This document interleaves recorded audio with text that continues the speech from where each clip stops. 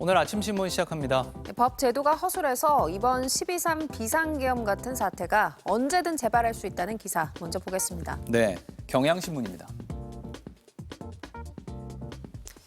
헌법 77조에는 대통령은 전시사변 또는 이에 준하는 국가 비상사태에 있어서 병력으로 군사상 필요에 응하거나 공공의 안녕 질서를 유지할 필요가 있을 때 계엄을 선포할 수 있다고 돼 있는데요. 국가 비상사태에 대한 기준이 구체적이지 않아서 대통령이 자의적으로 판단할 수 있습니다. 이번 12.3 비상계엄 사태도 대통령의 자의적인 판단에 의한 위헌적 계엄 선포를 막는 사전장치로서 국무회의가 역할을 못했고요. 국회가 유일하게 계엄 해제를 요구할 수 있지만 대통령이 군대를 동원해서 국회를 장악하면 폭주를 막을 수단이 없습니다. 국회의 계엄 해제 요건을 완화하는 것이 차선책이 될 수 있다는 게 전문가들 의견인데요. 국회의 계엄 해제 요구를 재적의원의 과반수 찬성이 아니라 헌법상 일반 안건에 대한 의결 정석수처럼 출석의원 과반수 찬성으로 바꿔야 한다는 의견이 나오고 있습니다. 이외에도 계엄 발령 횟수 제한이 없다는 것도 허점으로 지적되고 있습니다. 다음은 한국일보입니다. 윤석열 대통령의 비상계엄 선포가 해제됐지만 디지털 피난 행렬이 이어지고 있습니다. 이번 계엄 선포로 포털 접속 장애가 발생하면서 정부가 포털 서비스를 가로막은 게 아니냐는 괴담이 번지고 있는데요. 네이버와 다음은 트래픽 과부하였다며 사실 무근이라고 밝혔고 정부도 관련 요청을 한 적이 없다고 선을 그었습니다. 계엄법에도 통신 제한을 직접 다룬 규정은 없지만 전쟁, 지진 같은 천재지변의 경우 정부가 통신 업무를 제한 정지할 수 있는 법적 권한이 있어서 우려가 나오고 있습니다. 이 때문에 디지털 피난에 대한 관심이 사그라들지 않고 있는데요. 서버가 해외에 있고 보안이 강력하다고 소문난 텔레그램이 지난 4일 앱스토어 무료 앱 차트 3위에 올랐고요. 통신 검열을 피하기 위해 IP를 숨기는 가상 사설망 VPN에 대한 관심도 높아지고 있다고 신문은 전했습니다. 이어서 중앙일보입니다.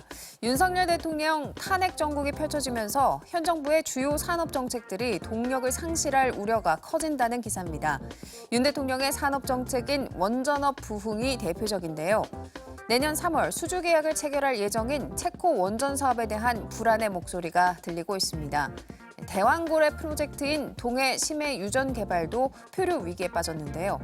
지난달 29일에는 민주당이 내년도 관련 예산 497억 원 전액을 삭감하면서 한국석유공사 내부에서는 윤 대통령을 따라 순장되는 게 아니냐는 말까지 나오고 있습니다.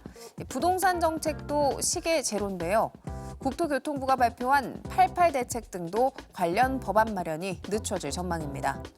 한국경제 기사 보겠습니다. 대통령 탄핵 정국이 장기화하면 주요 경제, 금융 정책이 표류할 수 있다는 기사입니다.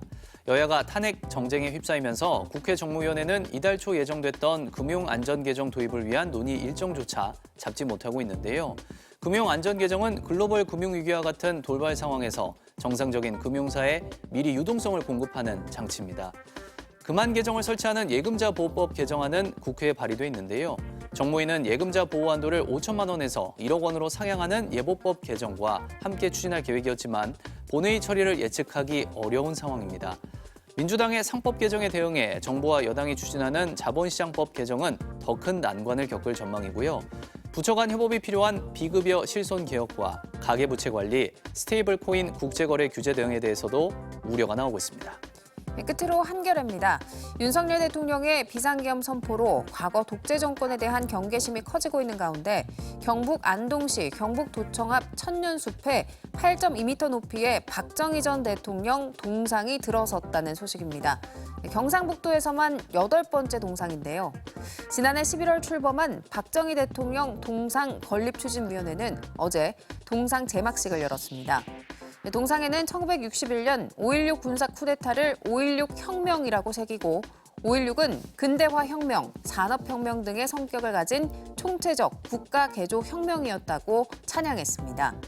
개막식 무대 위에는 윤석열 대통령과 박근혜 전 대통령의 화환도 놓여 있었다고 신문은 전했습니다. 지금까지 오늘 아침 신문이었습니다.